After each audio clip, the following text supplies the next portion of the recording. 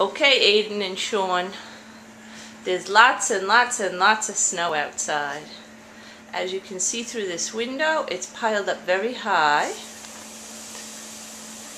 Now that's out back, but the birds can still get to their feeders. Hi, catties. Now, I'll show you how it is on the deck.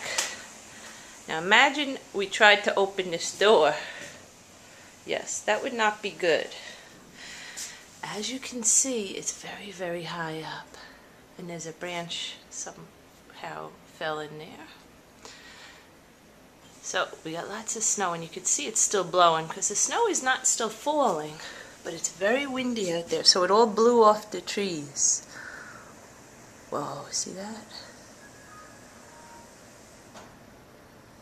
Very, very. Woo. Now, I'm going to go outside and show you the driveway.